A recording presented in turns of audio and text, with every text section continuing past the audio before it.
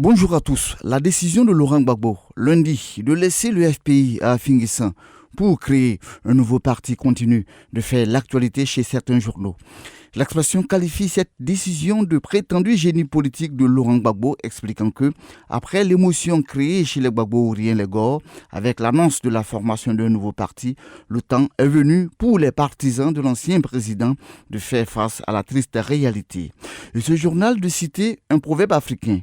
Quand le singe est à la recherche d'un fruit mûr qu'il ne peut atteindre, il fait croire que ce fruit est pourri.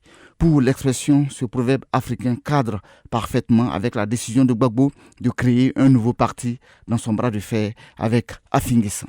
Notre Voix, lui, rapporte cette réplique d'Afingissant, président du FPI, à son ancien mentor. En réponse à ma demande d'audience, à ma volonté de dialogue en vue de l'unité du FPI, Laurent Gbagbo a choisi la rupture et la division.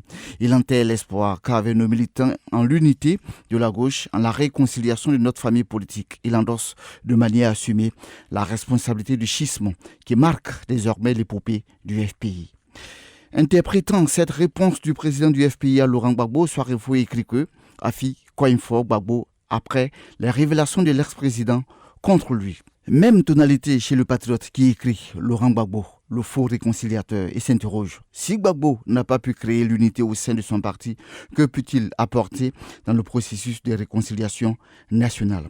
Et le patriote de préciser que, à vrai dire, cela ne devrait surprendre. Car selon ce journal, Laurent Gbagbo n'a jamais assumé ses actes politiques. Mais on croit le temps, dans un éditorial de Yacouba Gbane, cette décision de Gbagbo de créer un nouveau parti est une feinte de corps, un coup de foulard, un dribble incroyable à Afingissant.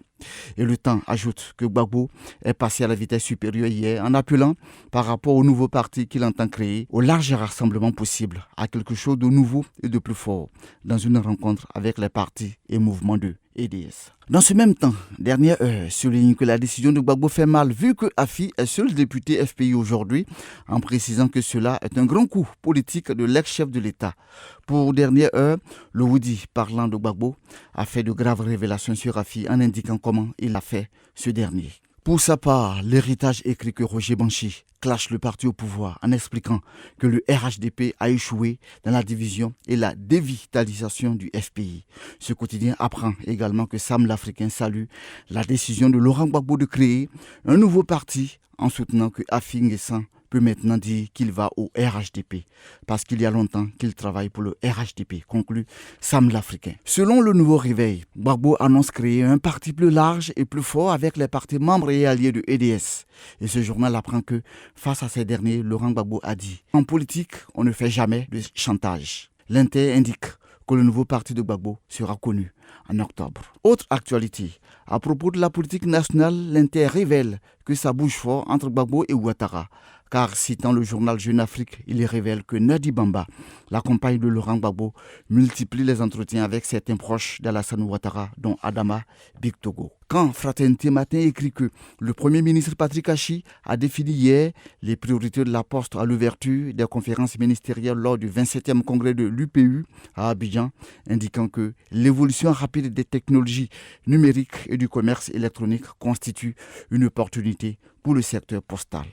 Pour terminer, Soir Info apprend qu'un agent commercial tabasse ses clients et escroque des millions en soutenant qu'il souffre de troubles mentaux, selon un infirmier psychiatrique. Merci et bonne lecture de vos journaux.